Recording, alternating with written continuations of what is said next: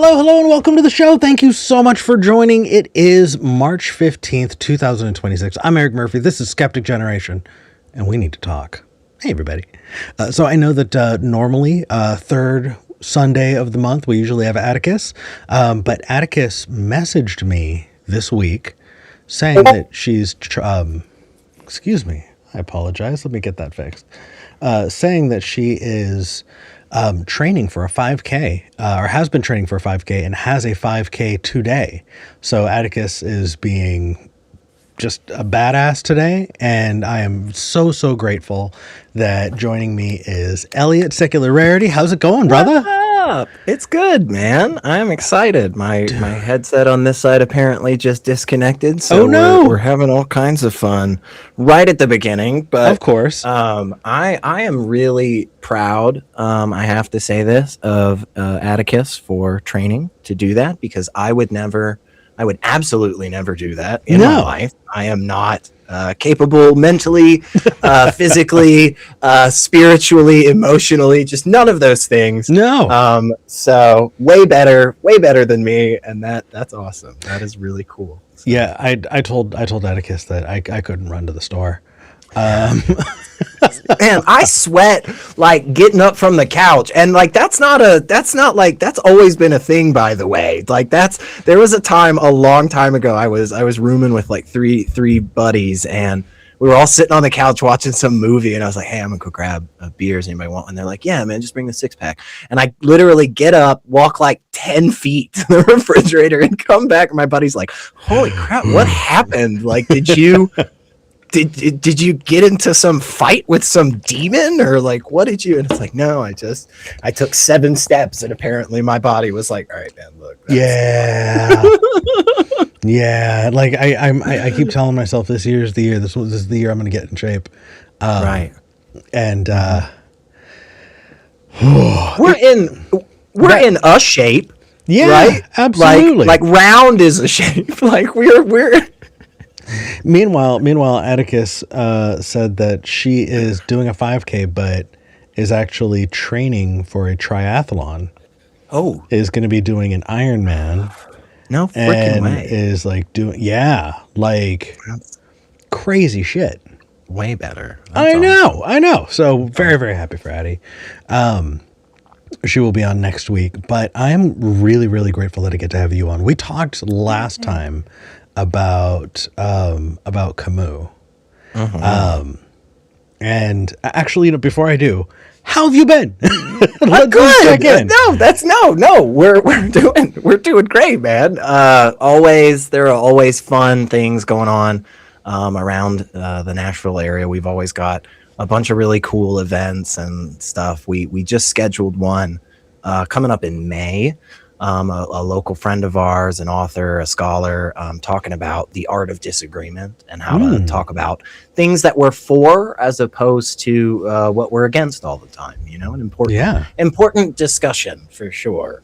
So that stuff is great. The weather is stupid, like it always is around this time of year, because, I mean, some people say there's like a change in the long-term weather patterns or something, like there's a difference or something. I don't know if that's for sure or not, but for the last few years, the final kind of week of March is like 20 degrees for some reason. Damn. So, so the last few days we've had of like 70-degree weather, that's been really super cool. It's just about to be gone. We're just not going to see it for another week or two, and it'll be great. We'll get spring in April. Here in Portland, Oregon, it is cold and rainy. Last month it was cold and rainy. The month before that it was cold and rainy. The month before that, I heard there was 30 minutes of sunlight in January. I don't know if that's true. That might lies and slander. The interesting thing is, though, moving here from Texas and having grown up in the southern part of the United States, I'm done with the sun. I love the rain. I always loved the rain. Right. Heck, I was a kid growing up in Southern California, and rain was not a thing. My whole life growing up was during a drought, and because of that, like, rain happened maybe a handful of times a year, and when it did, you get that petrichor, you know, that smell of the rain, and then everything is green for once. You look at the hills that light on fire every year, and they would be a little green. You'd be like, oh my God, the earth needed this, you know. And I feel like you would see this direct impact between the rain and the wellness of the land. And out here, it rains so much. I'm in a rainforest. I mean, it is just massive forests. Truly, honestly, I'm happy about it. But anyway, last time you were on, we got to talking about Camus. We were talking about Camus because I was listening to some philosophers talk about The Rebel, which is a later book of Camus, and let me stop. Take a minute. The time frame of this, Camus lived in France through World War II. His best friend was the father of existentialism, Jean-Paul Sartre. And Sartre wrote, you know, Being in Nothingness.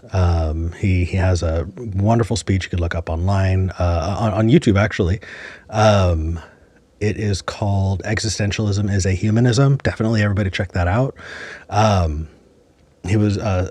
was married to Simone de Beauvoir, but like, that's kind of this time, right? They're in France, and Camus was actually part of the French resistance against the Nazi occupation of France during that time. After World War II, Camus and Sartre split. They had a really big falling out, and it was over what Camus wrote in his book, The Rebel. You see, Sartre was siding with the Soviet Union at the time. Sartre was pro-communist and thought that this heavy-handed, you know, let's just kill these Nazis. That's the way Sartre wanted to go. Camus said that you can't do that without losing yourself, and that split ended their friendship. But the reason I bring this up is Camus had said, I rebel, therefore we exist. It was his version of the cogito, right? You know, I think, therefore I am, right? But now you have this additional step, this creation of us, of we, and of how we, the people, exist in our, in rebelling, you know. And rebellion is a lot, especially for the French philosophers. It's not just insurrection. It can be, but it's not. It's not just that. Rebellion. And I was like, this sounds really interesting. Let's check out let's check out The Rebel. And as I'm looking into it, I realized that in my collection I did not have The Rebel. It's the only Camus book I don't have. But it is a follow-up to The Myth of Sisyphus. And so if you're going to read The Rebel, you need to get through this. And so you and I were talking about that last time, and we talked about doing a book club, you and I both getting The Myth of Sisyphus and reading it so that we can then read The Rebel together. I believe since then, you've gotten your copy in the mail? I have. You got me the same one. And for anybody, by the way, this is the way you need to do this. Get the same copy. Like that is the way to do it, so that we can all reference it. We can all say the same page numbers and so forth. We all know exactly where we're at. That is the way to do it. So Eric got me this one, and it's just so pretty. Look at it, guys. Like it's, oh my God, it just looks so nice. Well, SKEPGEN for you. That's right. But you and I talked about doing this kind of book study on Patreon. because this show isn't necessarily, a philosophy book study session. Right. And so just to kick this off, I think it'd be nice that we do at least the start, here, right? Maybe we go over this a bit, and if people are interested, they can join the Patreon and pick up from there. You and I are going to be recording our next big section this week. So yeah, stay tuned for that. But this is a call-in show too. We want to talk to you about what you believe and why. If you saw something in the news that you want to talk about, or whatever the case is, you guys, we've got open lines. We're happy to talk. We have a newly trained call screeners. Very excited about that. Thank you all. That are just waiting to hear from you, waiting to get your call and get you on the line. So let me get the phone number out there. The phone number is 412-SKEPGEN. That's 412-753-7436. Or you can go to tiny.cc/SKEPGEN. That's tiny.cc/SKEPGEN. We want to hear from you. Okay. Any other business to attend to before we dive into this a little bit? I don't think so. I think we got all the relevant stuff. Yeah. So going into this book, it is 138 pages.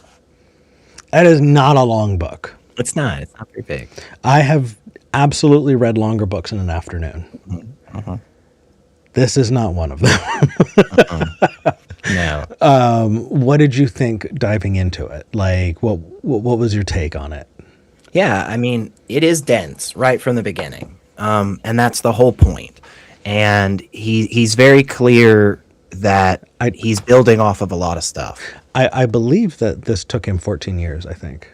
Yeah. I think it says, because this one starts off with a little bit of a history and so forth, and I read through all of that as well.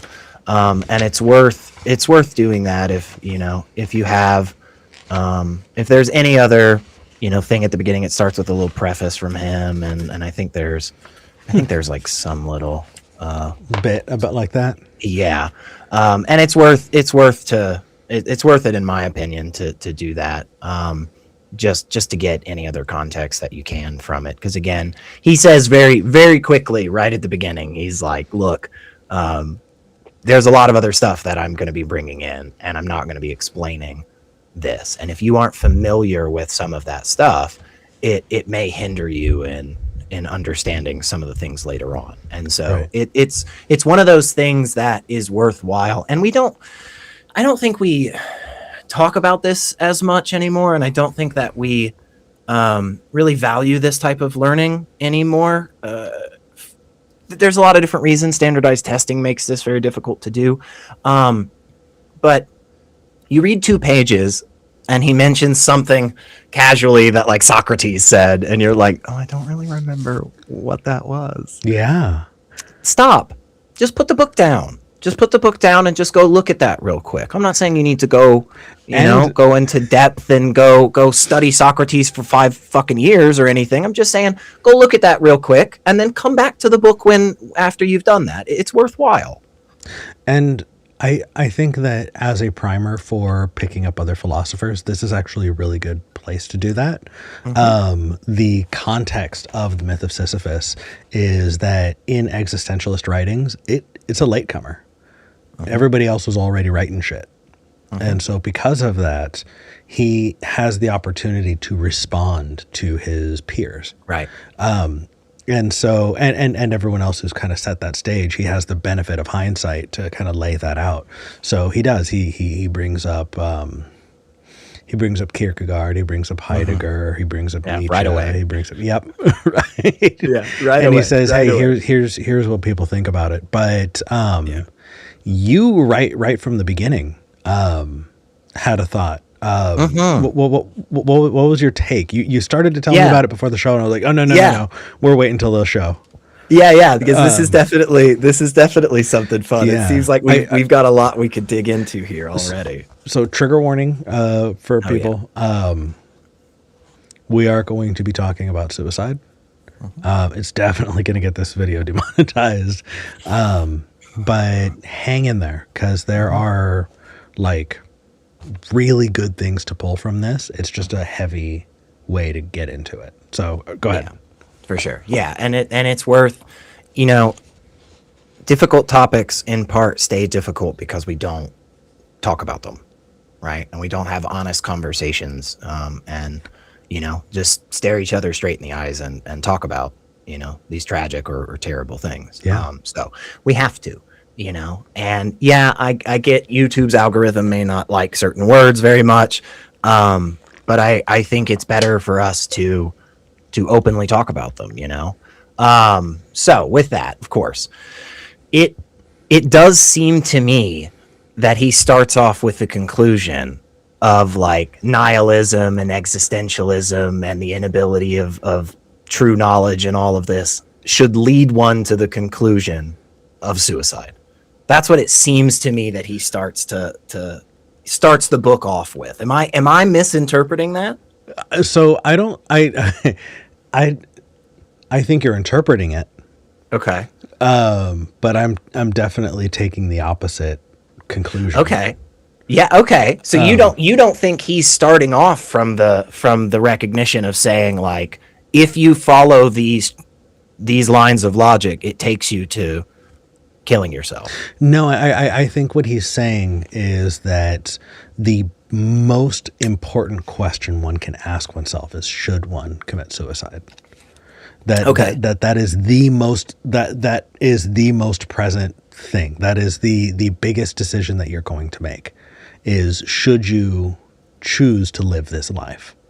From the conclusions of the world doesn't care about you, like there's pain and suffering, like you're never going to really know anything. You think that from there, asking what he's saying, that leads you to ask yourself whether or not you should kill yourself.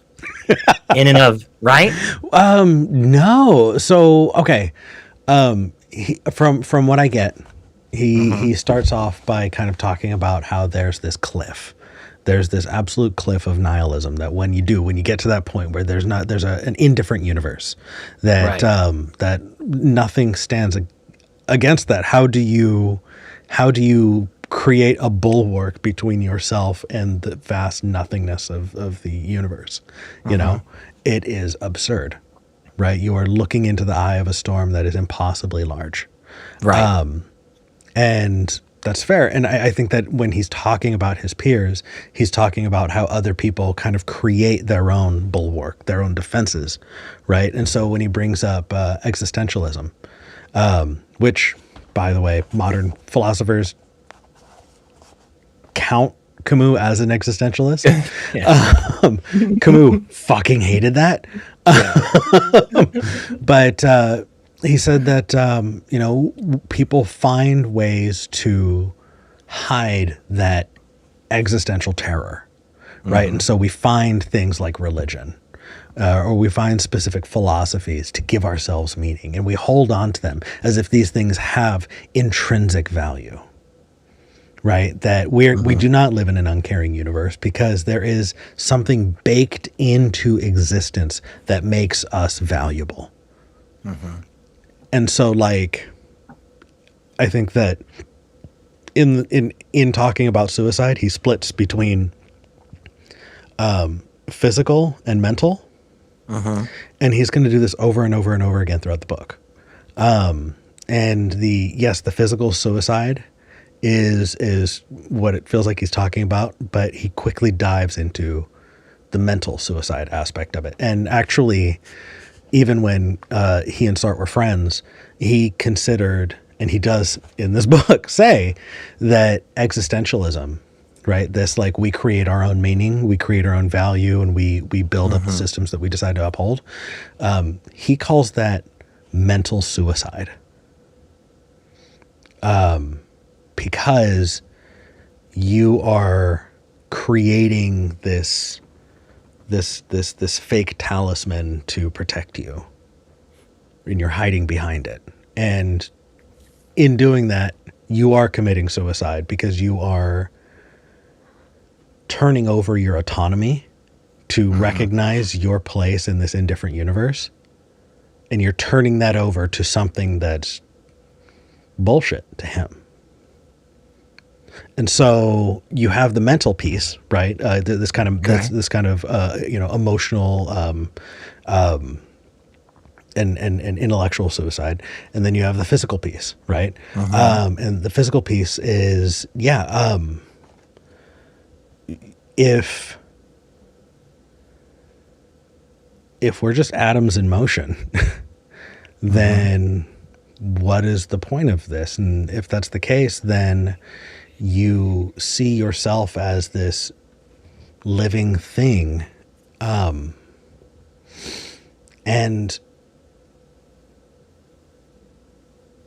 for him, what he's saying is, what's the point of existing in that space? And so if you don't, if you follow this line of reasoning that everything has to have some intrinsic value, then there's no difference between you existing or not existing at all, right? Right.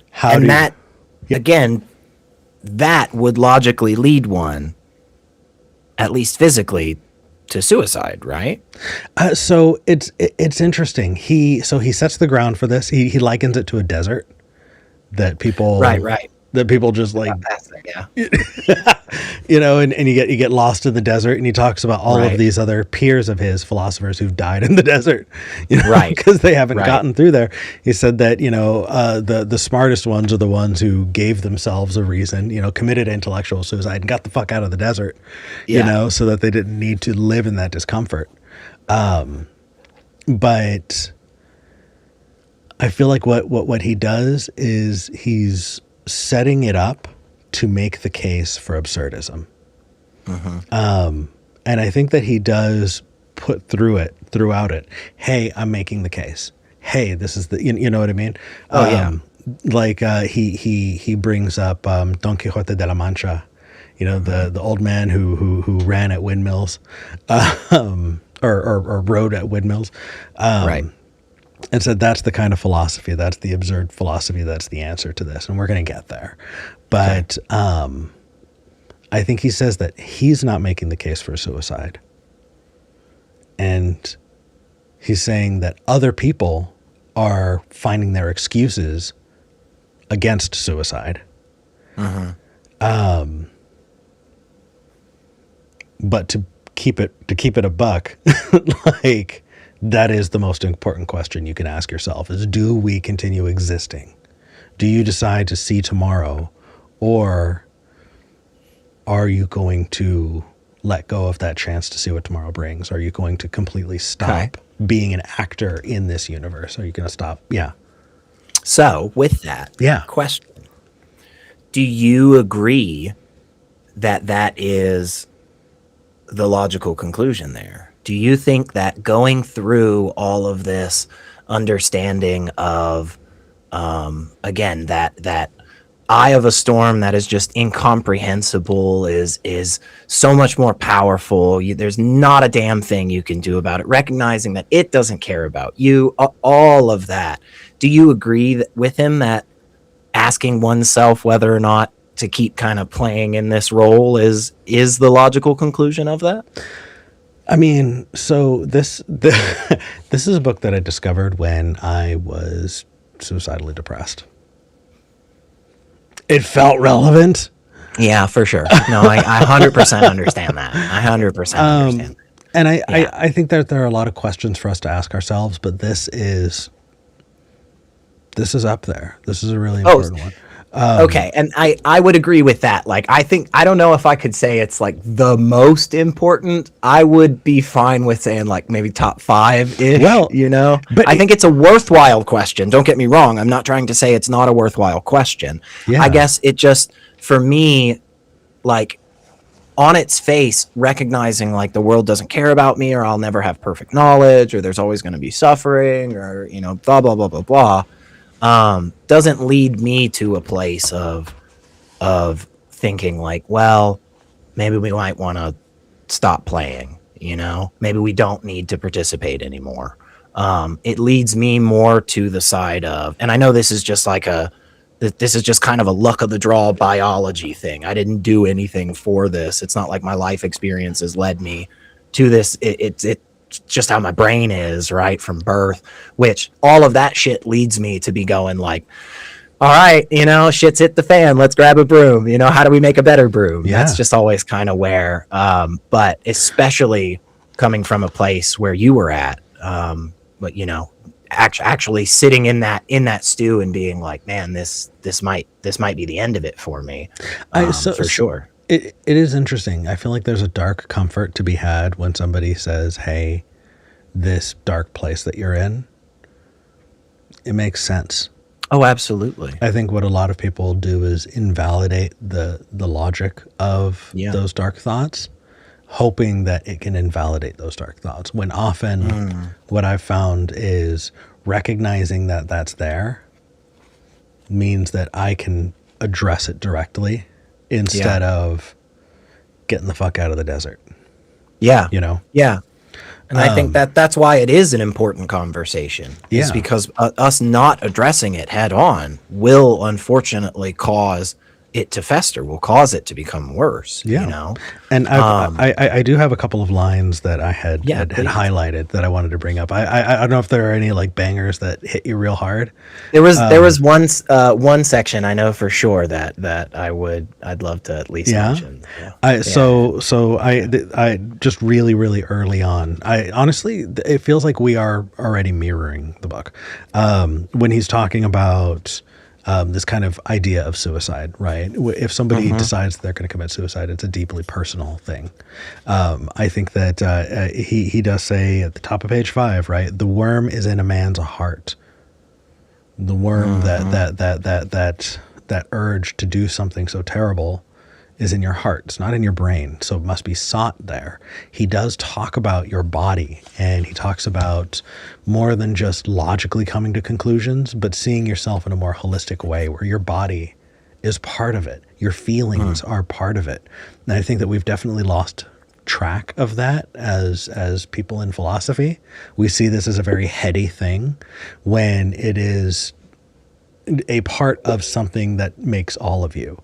And then actually he has a version of that line that we like to use. What is it?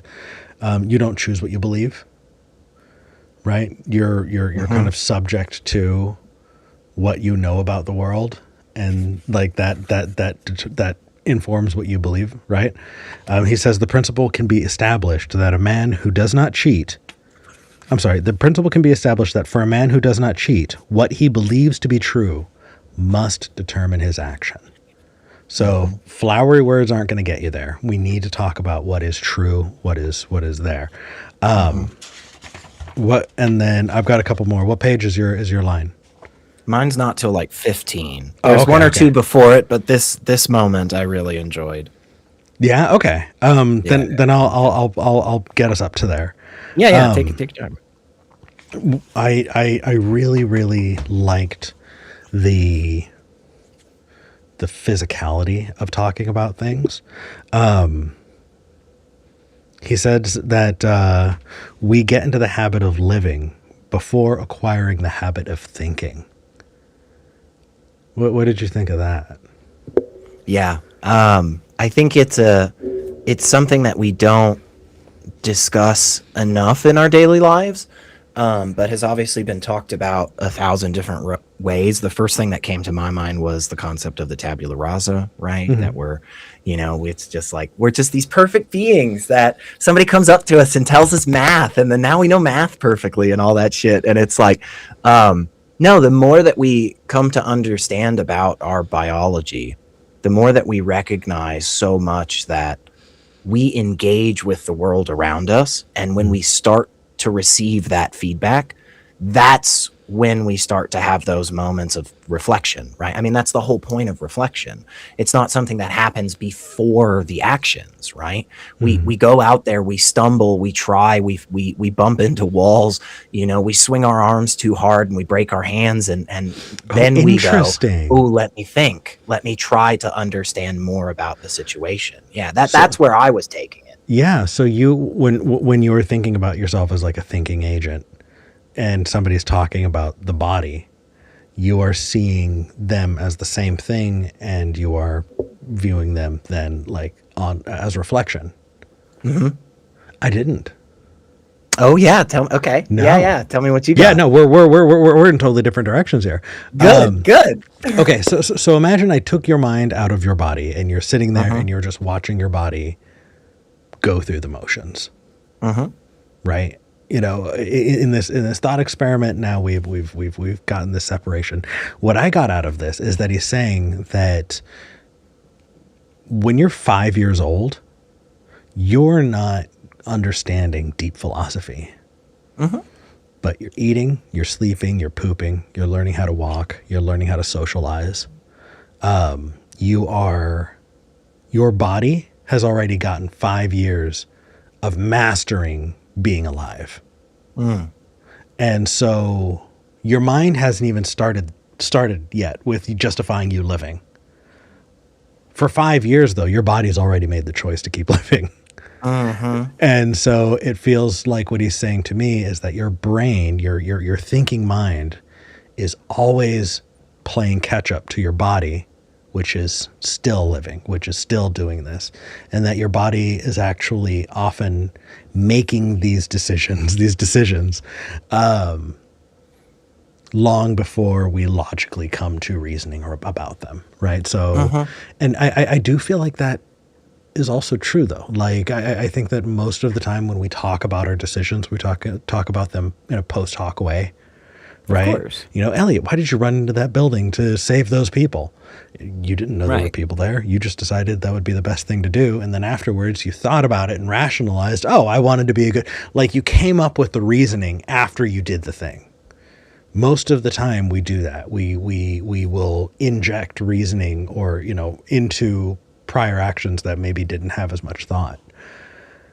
I would agree. I don't think there's too much distance between us and no, because that brings us down over to reflection, right? Yeah, right. I think it's the idea, because it was propagated for so long in a lot of philosophical circles that like you do come to this with, you know, that pure rationality, or there is a possibility that as an agent in this space, you do have a chance to really sit down and calculate all the big thinky bits before we do important things. But the more that we understand about what it means to just biologically be a person, it does very much seem like, no, there are things that are kind of quote unquote hardwired into us, and there are things that change our cognition and ultimately vastly affect our behaviors. You know, I think that's very, very well documented at this point, you know, and we have to take that into account when we're thinking about the way people, you know, it's again, that I don't want to go down into a determinism route. I was about to say whether or not like we have free will and stuff, and I'm not going to do that. But but in this context, it's part of it, right? Because it does Camus is late to the party. He's able to contextualize these things amongst his peers. He follows that up just, you know, in the next page. He says, it's always easy to be logical. It's almost impossible to be logical to the bitter end. Holy shit, is that true? Could you imagine, you know, the people who treat us like pure skeptics? If you were a pure skeptic, you would die of starvation because you never got to breakfast. Correct. And that is the absurd aspect that I do really enjoy.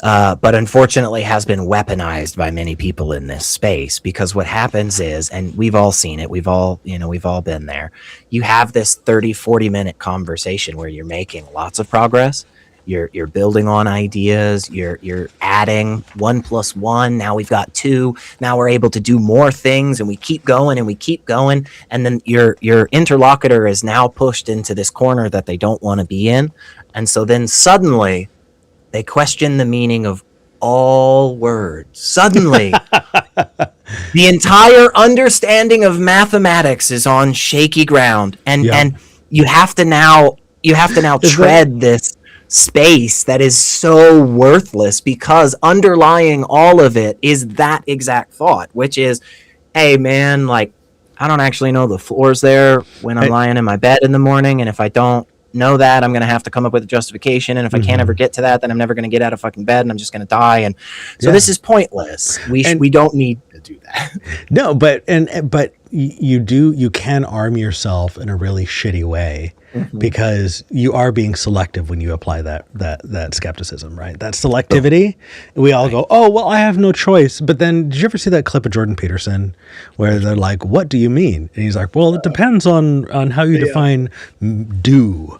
And how you define what and how you define meaning, and it's just like I don't understand what words mean, and so you're really going to need to go into the what does do really mean, like no fucker, you don't want to answer the question, and so you're diving into skepticism to try to smoke screen your way out of having to answer, right.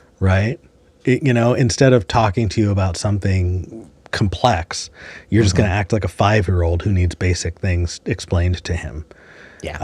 So we all need to stop and often used as a deflection, but a true point that isn't something to just completely gloss over. It is valuable for all of us to have the moment of recognition of like, hey, actually, like you do just kind of have to take some things, and you may not have a perfect justification for those things, right? That's kind of the literal hole in logic, right? They all come back to this same problem that nobody's been able to fix. And again, if we actually really wanted to be perfectly rational applying it all the time, we'd all never make it. So. No, but I feel like I feel like that is right at the heart of this this absurdism, because that hole in logic is that darkness, is that desert that Camus brings up, that we're trying to be brave enough to look into. Well, I'm almost there. Oh, you're good. Take your time. Seriously. Okay. He says, is there a logic to the point of death? Right? We've talked about logic now. Now let's bring this back to the beginning. Is there logic to it? He goes on later to say that this question this way. He says, it's a light without effulgence. I needed to look up effulgence. Did you know what effulgence meant? No? I did not. I had a guess. And then upon looking it up was like, okay, I wasn't terribly far off, like brilliance and radiance. Right. But yeah, no, I definitely had to look that word up. That was not one that was just sitting around in my fucking phone. But what a beautiful, kind of visual there of like, this logic, this reasoning around suicide. You're not wrong that you live in an different universe. But it is a light without effulgence. It is a light that illuminates nothing, that gives you no warmth, that gives you no radiance, that gives you no glow. And so it's a light, but it's also fucking useless. He then goes on to talk about, like no one experiences death. So when you choose death, are you actually choosing to experience death? No, because nobody does, because you're fucking dead. So like even the act of choosing that, you are eliminating, because you don't ever actually experience being dead. I think that's where exactly where I have this whole section highlighted because it's my I thought it was really good, and I thought it brings a lot of beautiful imagery to somebody's mind, especially when contemplating, again, a topic that we don't like to talk about very much, but it is very important to talk about. So he says, I come at last to death and to the attitude we have toward it. On this point, everything has been said, and it is only proper to avoid pathos. Yet, one will never be sufficiently surprised that everyone lives as if no one knew. This is because in reality there is no experience of death. Properly speaking, nothing has been experienced but what has been lived and made conscious. Here it is barely possible to speak of the experience of others' death. It is a substitute, an illusion, and it never quite convinces us. That melancholy convention cannot be persuasive. The horror comes in reality from the mathematical aspect of the event. If time frightens us, this is because it works out the problem and the solution comes afterward. That is a really cool passage, in my opinion. That is a really beautiful way to talk about that, because it does. I mean, it hits you, I think. That really should cause you to kind of go like, oh shit, like, ooh. I'm pretty positive when I first read that, I put the book down for a few minutes and went, all right. Yeah. Good. Yeah, good. It's you know that terror of you know, I did the math, and when I stop existing, I'll stop existing forever. Oh, you're right. That's a calculation. And we all, again, the way that he talks about it is so great. We all see it. We all know about it. Every single one of us at this point has experienced it in probably a billion different ways, and yet for some reason, there's this little piece inside of us that all just goes, yeah, but I mean, not me. I mean, like, I see it over there, but like, I'm not gonna die ever. I'm gonna keep going. Keep going. It's weird. We all know it, and yet we're not convinced. It's interesting. Yeah.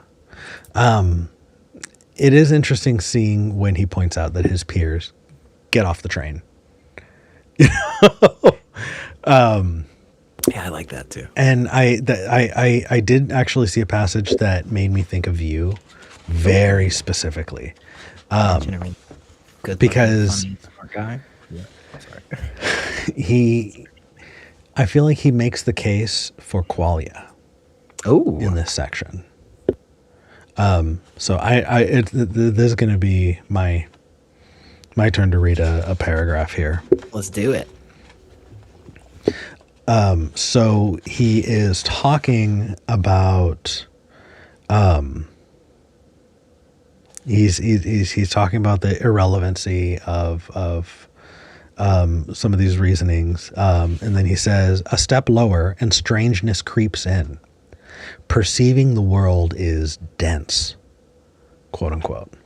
Okay, so the world is dense. Sensing to what, page 14, if you want to see, if you want to read along, it's the toward the top. Sensing to what a degree a stone is foreign and irreducible to us. With what intensity nature or a landscape can negate us. So, how intense nature or a landscape can negate you. What does he mean? At the heart of all beauty lies something inhuman. And these hills, the softness of the sky, the outline of these trees at this very minute lose the illusory meaning with which we had clothed them, henceforth more remote than a lost paradise. So I feel like what he's saying is that if you look at a forest, you can have all of the descriptive words. You could have all the adjectives. It's green, it's lush, it's beautiful, it's vibrant, it's full of life, it's yada, yada, yada. But when you stand at the mountaintop and look out at the forest, it's not those words, because it's so much more. Your mind can't take in the realness of experiencing the forest by reading a description of it. Its existence. You look at a stone and you go, okay, I can describe this stone, but to grasp something fully is outside of our ability to really comprehend. You know, I think there's a couple of different good points that come up from that. And one is, I often think the conversation about qualia it's just not done very well, because I feel like a lot of the times the hypothetical that we're trying to put up is just not one that seems to map onto what the reality is, right? Mm-hmm. We could talk about the hypotheticals where aliens have been living in this world for 30 years and they're building underwater, cities like Atlantis. We talk about that, but there's just no evidence that is the case. So like when people talk about what is it, like Mary's Room or whatever, and she knows everything there is to know about red, and she's never seen red, so does she actually? And it's like, I think the problem is that we're trying to separate the experiential aspect of knowledge and of what it means to be a person. Again, like what he's talking about with death, there is no experience of death. You don't have that, right? We have conceptions of it, right? But to say that somebody truly understands the color red or death without going through it, right? It's like, I think that's just a problem when we have this conversation. It's just like to say that a human could be entirely rational or entirely skeptical. It's like, no, there's these other parts of you that have to come in, right? Yeah, right? Absolutely. Okay, so do you agree with me that he's talking about qualia? I feel like that's a good way to say it. Yeah, that's a good way to talk about what this concept is, for sure. Like most people would know. Yeah. I'm reading this and I'm just like, that's fucking qualia. Like, I can't bottle and sell you the mountaintop experience of the forest. And even if I did, I couldn't give you the morning that I did it. It is something that is so powerful. You can understand how the trees grow. You can understand, let's say you spent your whole lifetime and learned the roots and the leaves and the animals and the leaves. In its whole, taking it in, though, you are still like a baby. Like, there's just so much there. There is something deeply powerful to that. There is something important to that. I don't think that the distinction about, like, you have to experience something, otherwise you don't know anything about it, I don't think that's reasonable. Like, you can know things about trees, you can know things about Mars and all these without ever having, like, gone to Mars or anything. There is stuff you can know. Yeah, absolutely. But I do think there is a value to that experiential nature, and could even make the argument that all knowledge has an aspect of experience in it that is necessary. So there's always that qualia, piece of it that comes through, even if it's not me doing the experiment myself, it's me experiencing the recognition or the understanding of the experiment or whatever. So yeah. So I'm trying. I think I can land this plane at this point. You've set it up perfectly here. Totally accidental. No, you're so good. This is an absurd understanding, right? When you're looking at the forest and you say that is a forest, just because you don't know every leaf on every tree, just because you don't know every animal and the root systems of all of it and how it all works, doesn't mean that you can't name it, right? You can know about Mars without going there, sure. But to say that you know it the same way that you would if you were standing there in it is universes apart, Yeah. And so this understanding that you have of the forest, you're not at the top of the mountain. Neither of us are at the top of a mountain right now, but we're talking about it in ways that, hey, we know a lot of, why things are the way they are, how the way they are. We know what forests are, yada, yada, yada. This understanding that we have, it's still a pale reflection of what it actually is, but we can say we know some things, but our understanding is absurd. We know that we don't have the mountaintop understanding, and yet we're still talking about it as a thing that we know. Right. That is an absurd knowledge. He then takes that kind of mountaintop experience and points that at a mirror and says, looking at yourself in the mirror, you can say you know yourself. You can say you know what you are. But it's only an absurd understanding. And so you'll never actually get to that place of true knowledge. You'll never actually get to that level of understanding. And if you did, you'd be a different person. And so you'd need to understand that version. You'd need to understand that. Right. By the time you got there, you would be so far off of the mountaintop that you'd need to be totally different mountain. Yeah, absolutely. Right. I don't think that's a problem, by the way. No. I don't think that's a problem. I think that's a good thing for us to embrace. You're right. And that's what Camus are advocating for. He's saying that you must be an absurd person. You must be an absurd man, right? This logic of the absurd is to talk about yourself as though you can understand yourself, to talk about the forest as though you can understand it, and to talk about meaning as though there could possibly ever be meaning, right? Like, or talk about acting tomorrow, waking up and living this life.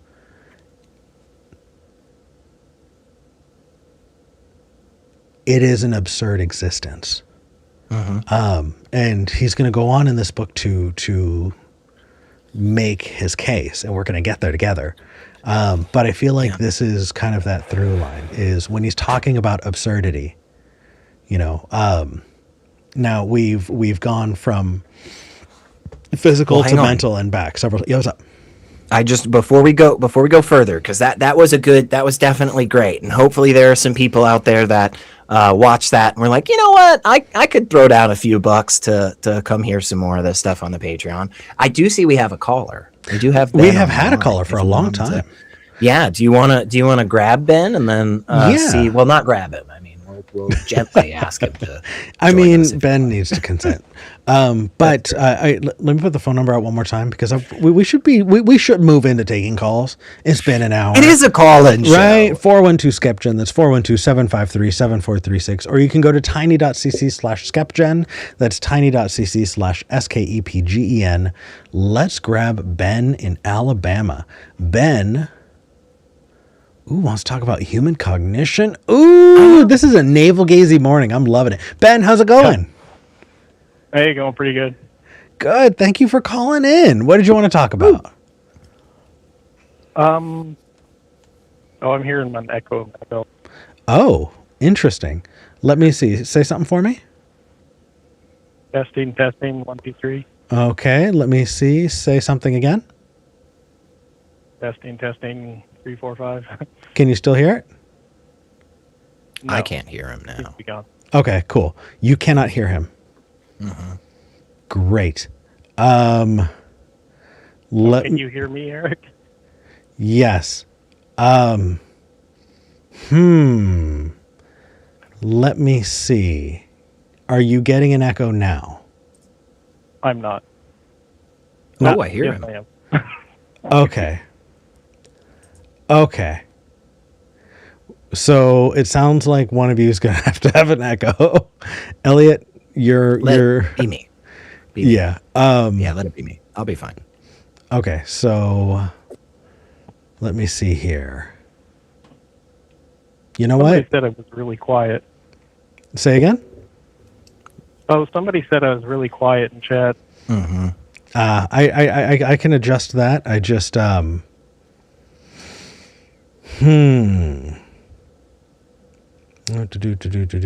This is going to Elliot. I wonder if I should try again or something.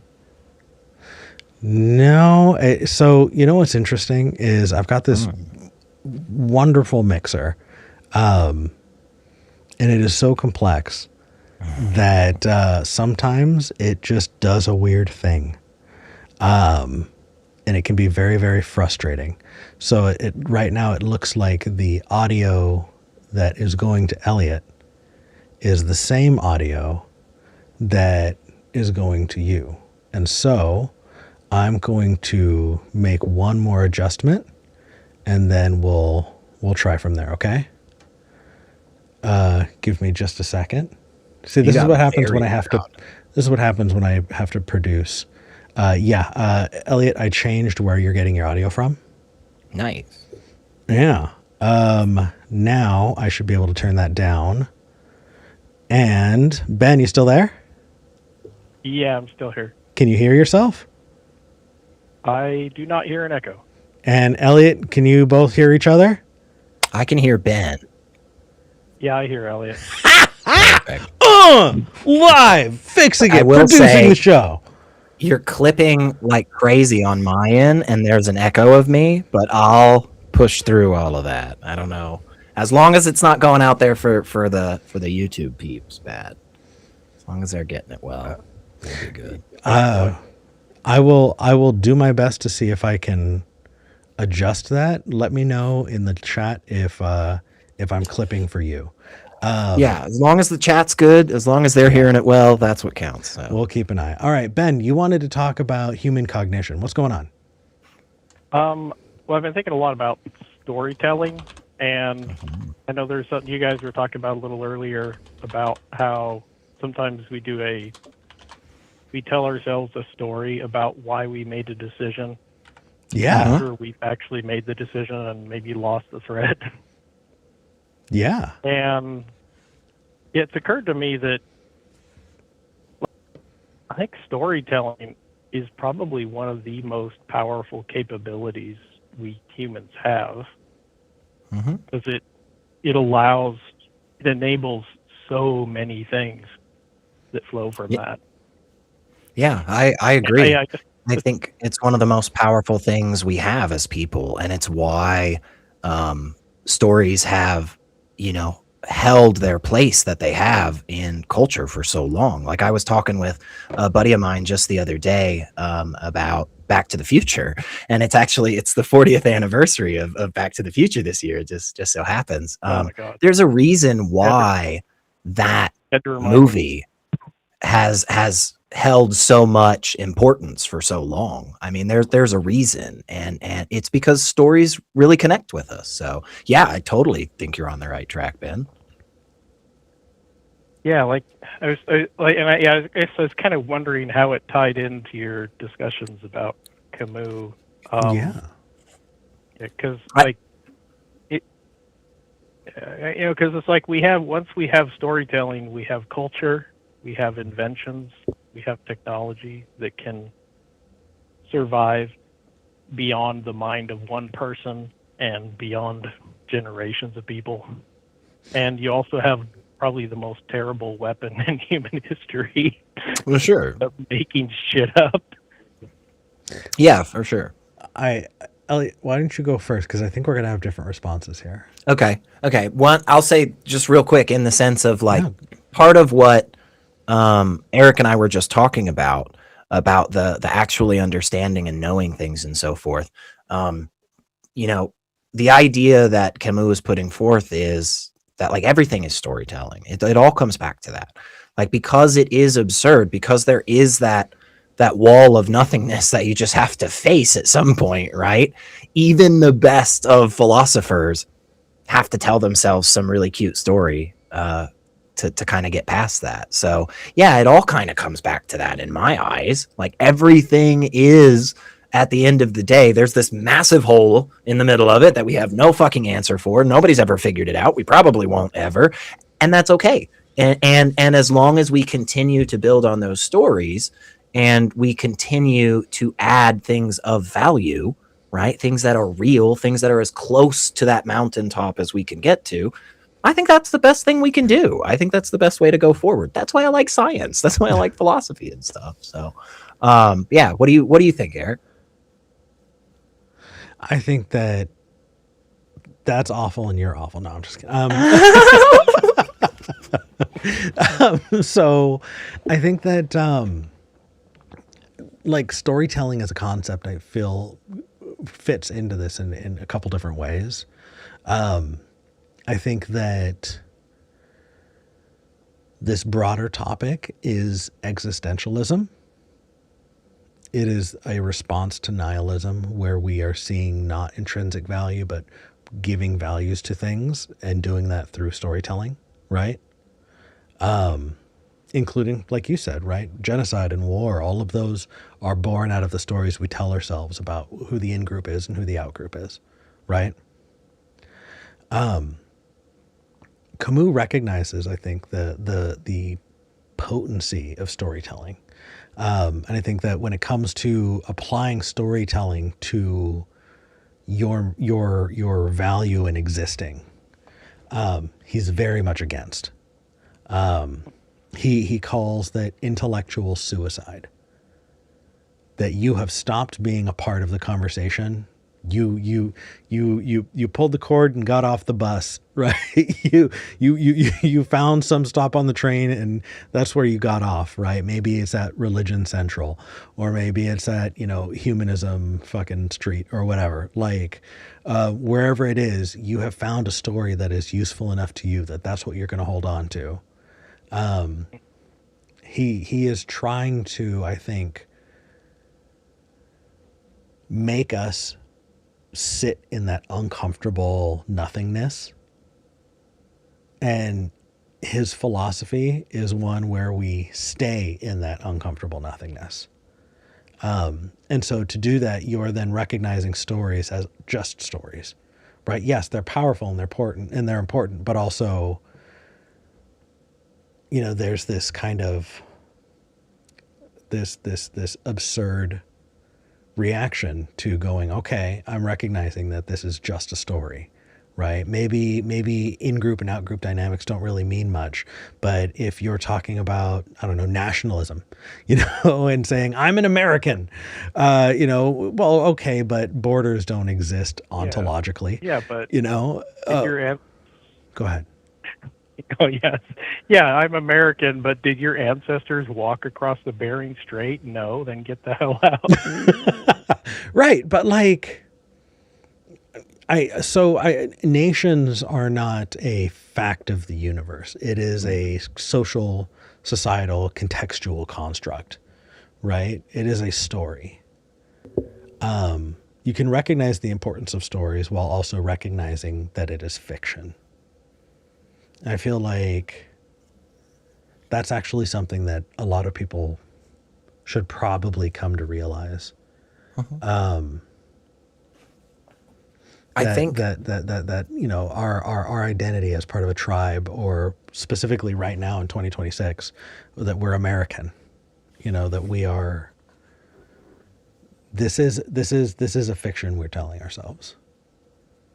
I think one reason why we sometimes have a little bit of a difference on the view is not because we're actually really differing on anything. It's just that I'm already kind of accepting some of that stuff, or you are already accepting some of that stuff into kind of where it leads. Like there's a lot of times where I feel like right there, everything you just said, I'm like, hell yeah, man, I totally agree with that. And I absolutely think that's, we need to kind of bring that on board a little bit more. And because we do that, puts us all the way over here. And there are other times where like I'm saying like, man, Eric, you've got to bring this stuff on board. And you're like, well, right. And once we do that, this is, where we're at. It feels like we're leapfrogging the micro and the macro. Which is good. Yeah. Which is nice. It's nice to go back and forth to see how they relate to each other, because it is important, that interplay, right? You have to understand it both on the individual level and then on the societal level, because otherwise, again, like we just get a bunch of chaos and bullshit, Yeah. Ben, can I give you like a $10 word for today? Sure. This interplay, this back and forth of communication is called a Hegelian dialectic. And instead, oh my God, I barely know what a dialectic is. Yeah. In Hegel's dens. Hegel there's so much with Hegel that there's actually a split, like a major schism. Have you ever heard of the young Hegelians? Nope. I don't think so. No? Oh my God. There are people who loved what Hegel wrote when Hegel was young, but Hegel changed over time. Sure. And so when they call themselves the young Hegelians, they're not talking about themselves. They're saying they like what Hegel wrote earlier. They only like up until he was like 40. Then he got fucking crazy. I just turned into a fucking boomer. I mean, if I go back to the earliest days of philosophy, I took a poli-sci class where we worked our way through Plato's Republic. Mm-hmm. And I remember, that's where I was introduced to his theory of forms. And I was like, this is the biggest load of bullshit I've ever read. It seemed like the exact opposite of what we were talking about with Camus, where it's like, he thinks the idea of a thing is more real than the thing. Mm-hmm. the idea of a thing is just, the bleatings of some primitive mammal trying to communicate something to their tribe members, and it's our best yet ultimately absurd attempt to understand the mountain, right? It's the best we can do is where we're at with it, right? The idea of these perfect forms, and that's why I'm not an idealist and stuff. Utter nonsense. Yeah, I think so. I mean, there's a bunch of people that love to talk about it and really want to push their thoughts on it. But yeah, I'm definitely with the idea that there is a world around us. There is these things, and we do the best we freaking can to understand them. We'll never be perfect, but that isn't a hindrance from us making progress. But we all have to recognize the entire way it is worthwhile every so often just flagging and going, yeah, but we don't know things perfectly, right? Nothing has a solid. And it's like, oh, yeah. No, we're all still on board. It's like, oh, okay, cool. Like, all of this is actually kind of meaningless except for what we put onto it, right? It's like, yeah, cool. Okay, good. I mean, Plato would understand it that way, too. He just thinks that, like, the tail wags the dog, Right. I don't know. I mean, I read stuff in the Republic where he was like, oh, if philosophers are wandering around bumping into things, don't worry about that because they're just thinking at this higher level. And I'm like, that's utter nonsense. Oh yeah, he makes some really, really gross stuff. Like he also Plato also brought us the noble lie. Mm-hmm. Right. Do you remember the noble lie, Ben? I'm not remembering specifically, but if I can give you okay. So he believed that your essence, right, your soul, has a metal in it, and so some people have a soul of gold, some of silver, some of brass, some of bronze. Does it sound familiar? Is this? Oh God, is this that caste system crap he put into his perfect society? Yeah. Yep. If we just lie to everybody and tell them that it's intrinsic, that a king is a king because they have the soul of a king, then people can never rise up because they don't have a king soul, so they can't do that. Right. Yeah. There's so much about Plato I don't like. Have you guys read? There's a series of books called Red Rising. Oh, why does that sound familiar? Oh my God! It's a recent, very popular series, and what kind of blew me away about it, it was as if the author had read Plato's Republic and said, "Ooh, this would make a great dystopia." I mean, it's kind of the dystopia we're living in. Yeah, but it's like he took like Plato's Republic to an extreme. I will check it out. I do got to say I got a good number of books that are further on the list, but I'm keeping a tab with this open so I can keep it and maybe see if I can at least buy the first book and have it so that I can read it when I'm ready to take a break from intense shit. Yeah. But but it was like it's basically a sci-fi version of Plato's Republic, and it's horrifying. Interesting. Okay. Well, rock on. We did bring something up a little bit earlier that I kind of wanted to touch back on. It's just popped into my head, but I'm sure most people who watch the channel know that my day job is I'm a video editor for other YouTube channels. One of the bigger YouTube channels that I do is one of my best friends in the world, Drew McCoy. He's got Genetically Modified Skeptic. We put out a video on Friday that went over Native American philosophies. And when you talked about, you didn't take the Bering Strait, my mind immediately went to, well, they had their own philosophies actually. I'm glad you brought this back up. Yeah. Elliot, do you want to just kind of pick up after the call and talk about it a bit? Yeah. Okay. Hey, Ben, I really appreciate you calling in. Thank you. Yeah, it's fun. Take care. Take care, brother. Come hang out with us in the book club. Yeah. That would be fun. Patreon.com/skepticgeneration. Patreon.com/skepticgeneration. Should we do a dollar level? Can free patrons access the book club? $1 patrons? What do you think, Elliot? We haven't decided. We haven't decided. $5 Patreon. Create a $500 a month. Hey, yeah, for sure. Anybody that wants to give $500 a month, I say go for it. I'm not going to stop you. Look, if at $500 a month, you're getting dick pics if you want. Yeah. Right. Elliot, there is a bit of an echo on my end. Can we? I don't know if you can. If there was something you could change again for now that Ben's off. But absolutely. I like the idea, and please tell us in the chat if you don't like this. What about you got to at least give $1 to get it right away? It is fine. It's just quiet. Okay, you're quiet. Yeah, no echo. I swapped it back. Oh, good. I'll just turn it back up on mine. Cool. It's all good.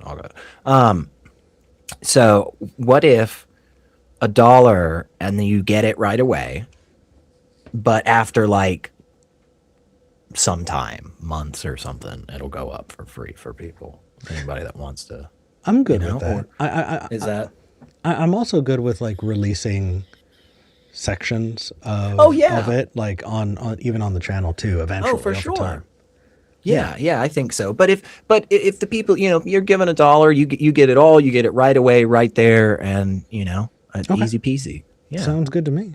Yeah. Again, if you want to give more, guys. That's what we need to do. We need to support each other. Yeah, it goes right into supporting the show. So, yeah, the show does not make enough to like be profitable as a thing, but it is making enough to be able to afford the software and all of that, and we're incredibly appreciative of it. Because of you guys. Yeah. You guys are the reason. We also read super chats. So if you do leave a super chat, you can make sure that we hear what you have to say. Okay. Native philosophies. What were you thinking? What's going on? Yeah, that was exactly what I wanted to get back to. I wanted to make sure we touch back on that because there's some cool stuff there. Yeah, there is. So there's a book. It is upstairs. It's called The Dawn of Everything. It's written by David Graeber. It's a thick fucking book. But it is not a hard read. It is really, really fun. It's delightful. It's one of those books that you're kind of bummed when you see the end of it coming, because it's just fun to read it. It provided a lot of philosophy and history that I had no idea about. And a lot of it had to do with native groups. There's a lot of stuff that we did not get to say in the video that come from, obviously a thick book, half-hour video. You're not gonna, no, we didn't get close. We just talked about, one or two examples.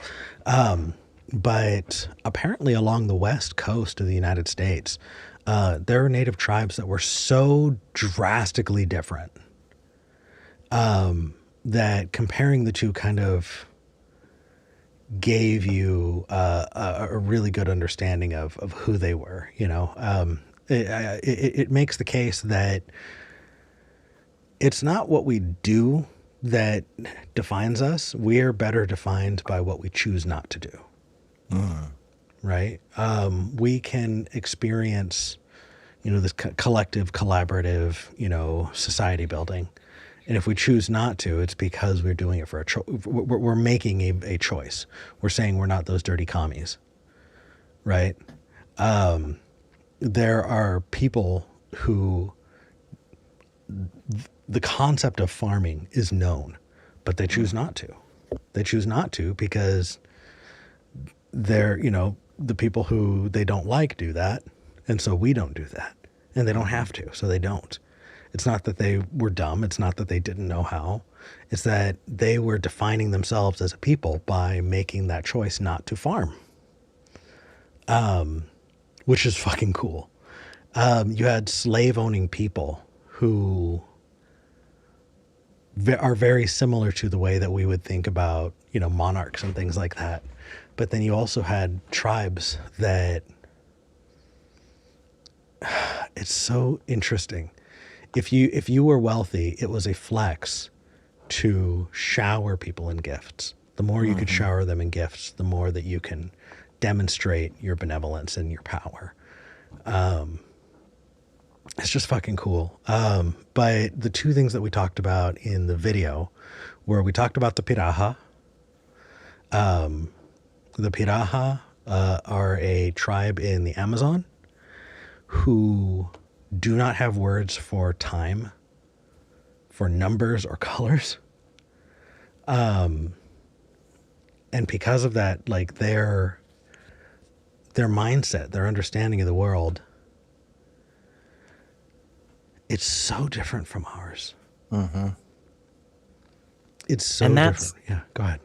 That's important, because a lot of the times in these conversations, right? I'm gonna take a couple of different routes with this, but the one that comes to my mind right away, because I deal in these conversations so much, it is a foregone conclusion almost always that all the people groups in the world all think this thing.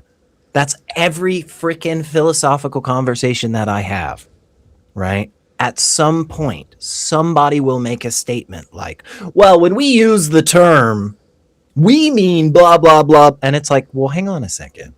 Like, you might be using it that way. I might be using it that way. But there are generations of human existence that never used it like that. No. They use it completely. That understanding that you're bringing in, all this baggage that is coming along with you in this conversation, right? You say, well, everybody believes in the supernatural, Elliot. Do they? I mean, do they? There's a lot of people that do, right? We can think of a lot of different cultures that do have these concepts, but are there any that don't? And funny enough, yeah, there's a lot, actually. And there's one in particular, this one, the Piraha, that it really, really is a stark example of like, no, all of these things that you're taking for granted in this religious space, it doesn't apply to these people. It just flat out doesn't. No. So that's valuable, right? Just in these conversations. Obviously, I think all of the viewers here at this show know why that understanding is important for international relationships and policy and laws. We can easily think of the thousands and thousands of terrible examples of, I think you and I talked about the guy that went to the Sentinel Islands, the missionary that went to the Sentinel Islands to contact a group and was killed right away, and just all of that stuff. It's like, and that's on the complete lowest end of the worst end are the things, again, that you and Drew were talking about in this video. So funny thing, I think it was last month, I was editing an interview that Drew did for his second channel. It's just called Drew's Channel. He interviewed the guy who was the Christian advisor for the guy who went to the Sentinel Islands. That's right. Yeah. That's right. Yeah. You saw that? That's why. Yeah, that's why I was talking about it. Yeah. Yeah. That's it. It's weird. It's very interesting, man. Oh, he has this line that I adore. He says that Christians will say that he was never a Christian because he never believed, because he doesn't believe anymore.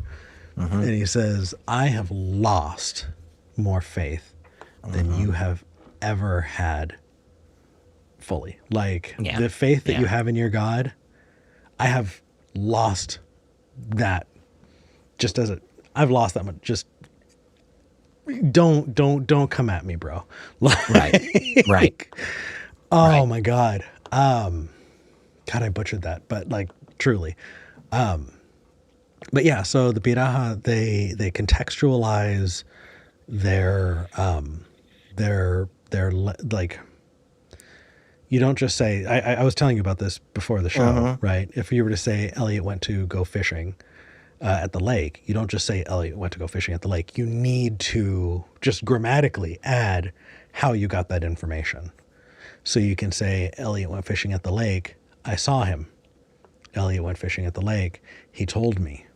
Elliot went fishing at the lake. He told this person, but like you need to cite your source for simple things because it's just part of your regular language. And so because of that, when it came to like witnessing the Bible to them, they were just like, okay, tell me about Christ. You know, is he tall? Is he short? Is he white like you? Is he brown like us? Like what's the, and, the missionary was just like, I've never seen him. And they're like, okay, your dad, what did your dad say about him? Because obviously then if you didn't see him, then your dad met him. What did your dad say about Christ? And he's like, my dad never saw him. And he's like, okay, but who has seen this guy who can tell us about him if you want us to know about him? And he's like, well, nobody, they're all dead. And the tribe, they were just like, then why are you talking about this? What you're talking about is just irrelevant. Like, what are you even on about? If you want to know more about the Piraha tribe and that story, definitely check out the video that I edited for Drew. The author and also the missionary, subsequently the missionary, his name is Daniel Everett, and he wrote a book called Don't Sleep, There Are Snakes, Life and Language in the Amazonian Jungle. Check it out. He's got some really cool speeches that are absolutely worth checking out. So we go into that, and then we go into something that I feel is fucking mind-blowing. And I guess, like, it makes sense when you hear about it, but that doesn't mean that we've internalized it. During, like, the Enlightenment, right, as countries were going out and starting to, what Western European countries were out colonizing, all different parts of the world, they were bringing things back. Here's a pineapple, here's, whatever, right? The French had the French and Indian War, and they interacted a lot with native peoples, specifically northeastern United States, right? Right. And they interviewed these people. They met and had long conversations and wrote about their, like, communicating with these native folks. And these native philosophies were intrinsic in creating, like, Enlightenment philosophy. So these concepts that we have around, these French philosophers, right? Fraternity, fraternidad, was it egalidad, libertad, right? Liberty, equality, fraternity. Like, so many things that we point to these, enlightened French philosophers at the time, they were fully saying, hey, I read this in this book. This is a cool thing that this, Native American brought. Like, in fact, it wound up becoming so popular that it became a trope. And so you'd have the philosopher and the Native American, like, stand-in character. And a lot of these philosophical conversations would happen as a hypothetical dialogue between them. Now, eventually, what would happen is these writers, this kind of trope became more common, and over time, the way that the Native American was portrayed became dumber and more savage, which is fucking awful and racist. But it wasn't always like that. And a lot of what really informed the Enlightenment came from native groups in the United States who suffered. Like, it's absolutely wild that, like, when I was on Talk Heathen, I remember people calling in and being like, but we brought civilization to these people. And it's no, these people gave us the concept of freedom so that you could then, we didn't put it at the barrel of a gun and point it at them. Right. Especially in Western Europe at the time, the idea that there would be a populace regularly making local and broader decisions for their locality, like that's just not a thing. It directly comes from a handful of different experiences with different Native American cultures, one of which being that was really, really popular is the Iroquois Confederacy. The way that they handled their voting. I mean, straight up, outright, politicians walking around streets saying, "Hey, vote for me. The voting happens next Tuesday." Like that was what happened. We had, I mean, for instance, especially with the advent of there are other ways to say this, by the way, like LIDAR. I could say that, but I prefer to use the term space archaeology because I heard that once in this context and was like, that is awesome. It's where we're using LIDAR from satellites to map the ground, and we're finding all these different archaeological sites that we had never found before. In like the first couple of years of them doing this, they found 10,000 sites that had never been discovered before. It's amazing. It's amazing. And there's a lot of women actually that are some of the main pioneers in this space. It's super cool. It's a fucking amazing. Everybody should know more about space archaeology. But through stuff like that, I mean, we have uncovered more about, I'm sure everybody probably at least heard the term Cahokia, the massive city in what is modern day Mississippi that was bigger than London at the time. I mean, yeah. The ideas of the North American tribes would do this whole roundabout circle thing where they would get documented and taken down and then brought back to Europe, and they would get passed around all of these philosophical, scientific, intellectual spheres, and then all of a sudden it would come all the way back. The beginnings of the 1800s, the beginnings of the United States as we currently know it, all of those things it's really fascinating. It really, really is. Well, it is wild that like it had to get whitewashed first though. Oh, of course. Yeah. Like, again, yeah. Like I remember, first reading about this and thinking, oh, but we didn't get democracy from the Native Americans, because just take a look at the Senate in ancient Rome. Isn't the Senate in ancient Rome That's alive? Right. It's like, no, motherfucker. That is like the House of Lords, right? Like you have people you have an aristocracy who is doing this, right? Like if you really want to get into pointing at the Roman Republic, you're talking about a very specific class of people who are making decisions.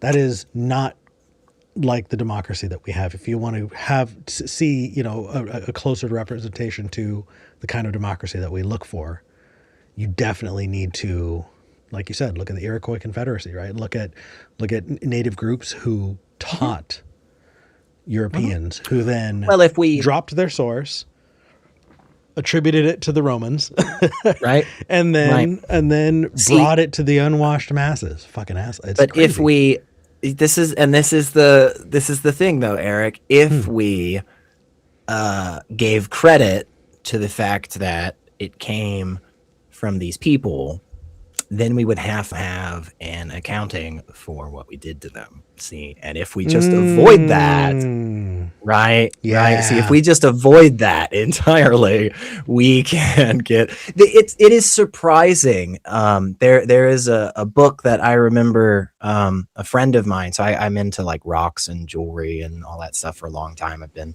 doing that for a long time. And there was a gentleman who was Native American. He's passed away many years ago at this point. But anyway, he was the one that suggested this book to me by an anthropologist named Jack Weatherford. It's called Indian Givers. And I know that term might obviously make a lot of people very uncomfortable. I mean, I'm sure it was selected because it's got some... There is. Baggage, yeah. He goes through an intense history of it. He goes through a lot. But what the entire purpose of the book is literally talking about what the peoples from North and South America gave to the rest of the world, and how intrinsic those things are into what people commonly now today will just say is Chinese culture or Italian culture or South African culture or Irish culture. I mean, the things that people will point to a lot of times these days and say, well, that's always been, I mean, they actually come from the first interactions with Native American tribes. It's really, I mean, think about this one fact alone. Okay. All peppers in the world, all peppers, except for black pepper, because that is not a pepper, it's a berry. All other peppers are native to North and South America. They didn't exist anywhere else in the world. I'm just imagining you getting into a fight with, like a fist fight with an Englishman. It's true.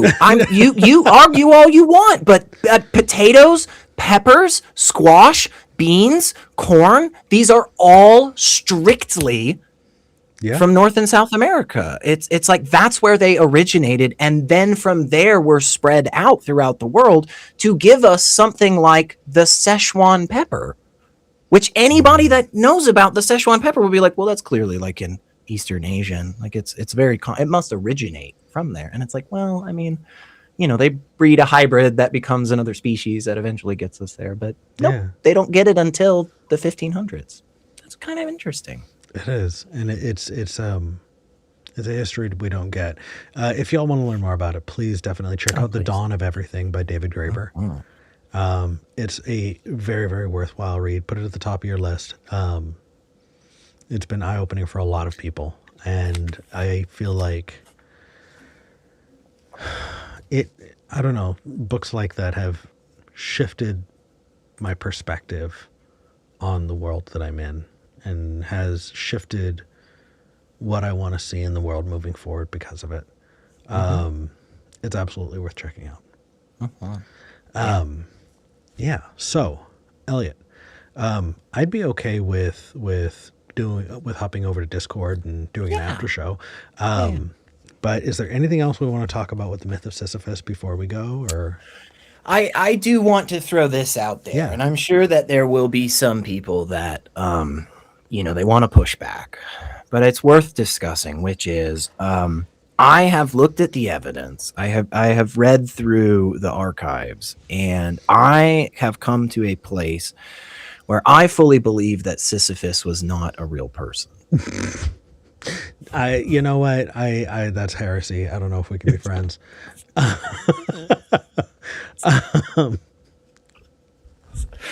So was that too much? Was that too much? No. It's okay. So it is interesting. I feel like sans context, I was all about being an absurdist. And then I realized eventually that absurdism is a kind of existentialism. I know Camus saw existentialism as intellectual suicide. So that just makes absurdism more absurd. Existentialism in a fedora. Like it's the edgy existentialism. So like there's a lot to learn from it, but I don't know. We're gonna get there. But we're gonna go through it. We're gonna have fun, and everybody that's hanging out with us in Patreon, you can give us your thoughts, and we can play around with them and just all read and learn together. Look, I almost guarantee there is a few dozen people that are gonna watch this that are gonna think to themselves, to be honest, I haven't done like a book club thing in years, if ever. This is just a great opportunity to do it. Like just come in, learn some stuff.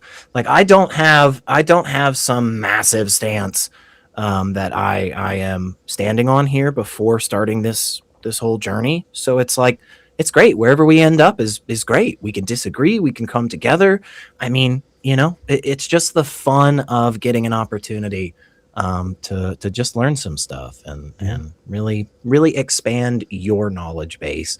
And then see what that changes for the rest of your life. I don't know. Maybe you'll volunteer more. Maybe you'll be happier. And also,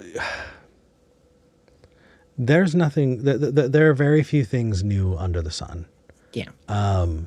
And there are. I'm not going to throw specific shade here, but there are a good number of atheists in the space who haven't picked up a goddamn philosophy book for years, if ever.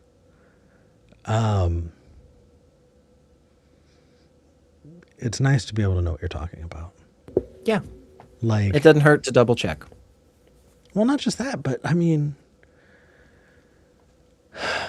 there's an intimacy that comes with going over this personally, you know, that you're not going to get from a recap, right? There's no Cliff's Notes that's going to, because I guarantee you the shit that I highlighted in here isn't like, they might give you the idea, but they're not going to give you, I can tell you about the mountain, but I can't make you go to the top of it and see the forest. Yeah, you got to do it yourself. You do. You really do. It is worthwhile. And then, and I know people that are afraid to kind of. That's fine. I'll take it. You know, you have to go through it yourself and be comfortable with the idea of being like, I didn't understand that. You know, like we said earlier, like I had to look up that word. I had to make sure that I felt like I knew it, but I had to go double check. Hell yeah, man. Read through a chapter and then go listen to somebody talk about it. You don't have to take everything they say. You know, there may be one or two things that they say that are totally fucking wrong. I know that happens with me. Like, so don't listen to everything, but get another perspective on it. Just step into a space where you are comfortable to actually be just a little bit ignorant and just recognize that. Again, just stare at that absurdity and be in that uncomfortable space for a little bit, because when you are, like, it's surprising the stuff you can learn. It's surprising how much it can make a difference for you, you know? Yeah. Well, I mean that it's uncomfortable. That's the only thing is, have like as an adult, have you swung on a swing, like in a swing set? Yeah. Yeah. I did a couple of years ago, and it had been, it's weird. It had been a whole lifetime since I'd done it. I forgot that there's this part where you drop, and I had not like remembered to prepare for that. And so I felt my stomach and all my insides go, you know, as I fell. Did you ever do the thing when you were a kid where you would purposefully try to like overswing so that drop would be even hard? Right. Yeah. Isn't that weird? Yeah. Isn't that weird? Well, and you were ready for it and you were tensing your core, you know, but like that feeling is what it feels like when you have those kinds of like drop offs in understanding. Yes. You know? Yes. And that I've said it for years, right? That is what Eureka feels like. Yeah. If you want to know what Eureka is, it's not a triumphant thing. It is a discomfort in your bones. No growth comes without pain. Sorry. I agree. And I remember, and I might have even said it on this show before, but I remember having a conversation with my mom one time a while ago. And we were just kind of touching a little bit on, you know, is there an afterlife? Is there a soul? You know, is there a purpose to all this crazy nonsense and all that? And I kind of, you know, I just kind of laid it out real blunt. And I was just kind of like, yeah, I don't think a lot of that happy stuff out there that gives people a lot of comfort is real. And I think there's really good reason to not accept it as such. And I remember my mom, she looked at me and she went, that's kind of depressing, Elliot. And I went, so? Camus would call that intellectual suicide. I will tell you, Mother, I agree that it is depressing. And I will say what's worse is once you get into that depressing state, you must walk through a valley of depression. Yep. On the other side of it, I think there's some beautiful fucking stuff. In fact, I think it is so demonstrably better than not going through that valley. But I will tell you, you have to go through that. I really do think so. And she said, and I respect the fuck out of this, and anybody that is in this place, I respect the flying fuck out of you. She said, you know what, Elliot? I don't want to do that. No. And I said, totally understand. Yep. Totally respect that. Absolutely never going to push anything on that. And anybody else out there that is in that boat, I'm 100% with you. And I don't look at myself or anybody else as being superior, as being more evolved or intellectually honest, or any of that stuff. I'm just saying there are some people that see that valley of depression and go, all right, I'm gonna go to the other side. And there are others that say, yeah, I'm not interested in that. I totally understand, but I do think if you go through it, I think it's worth it. I think it's worth it. I do too. I do too. All right. So time to read some super chats. Sean Loves Maths sent £5 and says, due to logical independence of some axioms to others, the following is false. So I'm about to read you a statement that is false. Okay. Quote, either you can prove a statement or you can find a counterexample. That statement that I just told you is false. Yeah. I don't know why it keeps bringing me back to Russell's paradox, but you're going to wind up getting contradictions, and it happens. So I'm actually not surprised by that. Yeah. All right. Yeah, that's an interesting thought. I'll think about that some more. Yeah. When's the last time you went over Russell's paradox? It's been a while. Yeah. It's been a while. So it's set theory, right? So the set of all things, the set of no things, the set of all even numbers, set of all whole numbers, and it won't contain. There's the one set that contains all things, but it still doesn't contain certain things, so it doesn't actually contain all things. Is it that type of close? You're actually actually a little more complex with that. It's the set of all things that contain themselves. Right. That's what we're talking about. So if you have the set of all things except things that contain themselves, then does the set of all things that doesn't contain themselves, right? Does it itself go into itself? Because if it does, then by definition it doesn't. And if it doesn't, then it has to. Right. It's a paradox. So set theory stuff is really fucking it's really fucking dense stuff, man. Yeah. It is really wild. I the response is fucking chef's kiss. People said, oh, we're going to keep set theory. We're just going to say that it applies to everything except paradoxes. Fucking guys. That's like saying God is all powerful. No, he's just maximally powerful now. All right, get fucked. Space Barbarian 3484 sent $5 and says, regarding storytelling and absurdity, there's a saying in science: all models are wrong, but some are useful. Yeah, I love that. Speaking of, we actually had an engineer in the chat who said something similar. I normally want people to put it in super chats because I can't just go through the chat live on the show. But he was saying, I'm an engineer. I don't need stories. I have math and science. And I'm like, yeah, but you're an engineer. Really? Because in engineering, sometimes pi equals 3. Come on. You have to.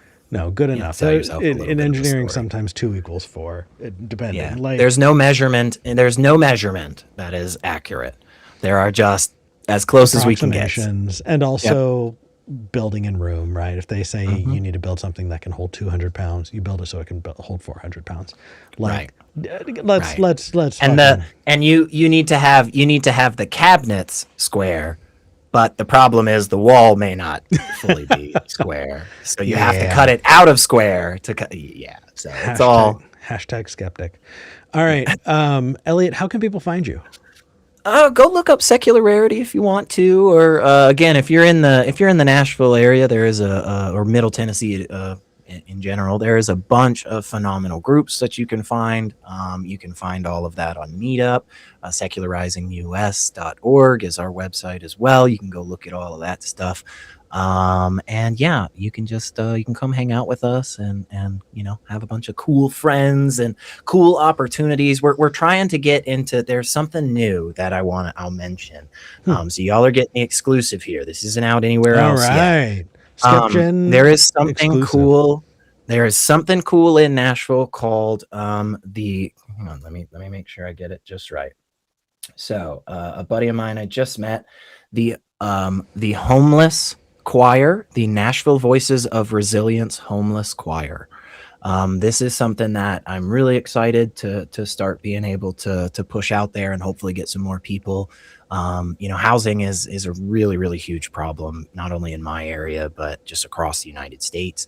It's a really big issue that affects a lot of people. It's one of those core things that if you don't have, you just can't do anything. Like, we all understand that about food and water, but we haven't seemed to get there yet with housing. But so I'm excited for us to start doing some cool projects with them and get some more people out and hopefully make a difference. That's what we're doing. I love the kind of activism you get with you and Secularizing US. I'm so like, I love it.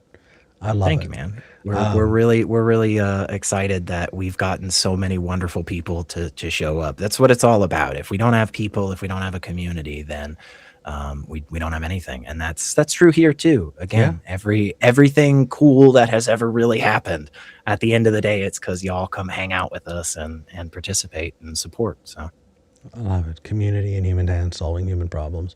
That's right, everybody. That's right. Look up Secular Rarity. There are thousands of hours of him online. Look up Secularizing US to see just some of the stuff that he's up to. Elliot, I'm grateful for you, and I'm looking forward to reading more of this book. If you want to support the show, consider becoming a patron. Patreon.com/SkepticGeneration. That's Patreon.com/SkepticGeneration. If you want to join in the book club too, that's how you're going to do it. We're going to be hopping over to the Discord to do a bit of an after show, hang out with people, and just vibe for a little while. Thank you all so much for joining. Our amazing volunteers. You guys are incredible. There's no way, like, I'm trying my best to both produce and host at the same time. Moderating, call screening, everything else, the show would be done in a day. I would cancel it. There would be no way to do it without the people who are volunteering their time to help make this happen. Y'all are amazing. Thank you so much. But until next time, I'm Eric Murphy. I'm Secular Rarity. This is Skeptic Generation. We're glad we had this talk.